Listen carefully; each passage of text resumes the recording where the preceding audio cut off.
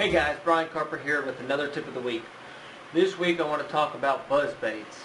The weather now is in the 70s and 80s, and the water temperatures in the upper 70s, and the bass are going crazy, really shallow in grass, wood, weeds, fishing a foot or two all day long. And with fishing with buzz baits, there's a couple different types you can get.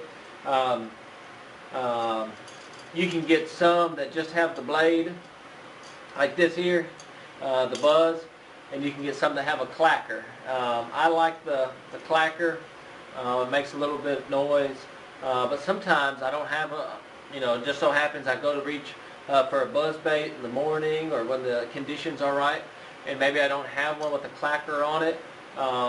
And just this happened yesterday. I didn't have any, and I wanted to teach you all a little tip that can make it a clacker manually. You can do it yourself. What you want to do is, if this is a buzz bait here, it's normally got the blade here is quite some distance away from the lead here, the body. And what you can do is bend this all the way in to where I've got one that's already kind of dealt here, all the way in, so it's lower and it hits this lead. You'll make your own clacking by lowering it down so it hits the lead. Now it won't spin as freely as this one right now. I mean, this one's all by itself out here. This one here is pushed in a little bit closer. Looks a little different. Still, runs the same, acts the same, gives the same amount of noise and bubbles and everything. But now this one, when the blade's all the way down and it's clicking, it's going to click this lead, and it doesn't look like it's probably functioning correctly now. But when you cast this thing, 20 yards, 30 yards, and get it up, every one of these pulling against the water, pulling against, every one's going to click, and it's going to clack, clack, clack, clack, clack.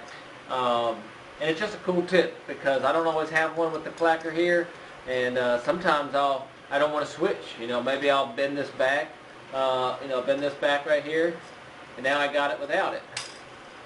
So I can play around with it. But that's something, you don't have to buy a bunch of different buzz baits if you don't want to.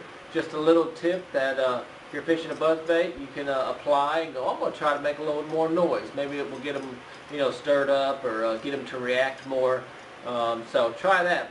Bend that buzz bait, bend this blade back to where it just touches the lead head.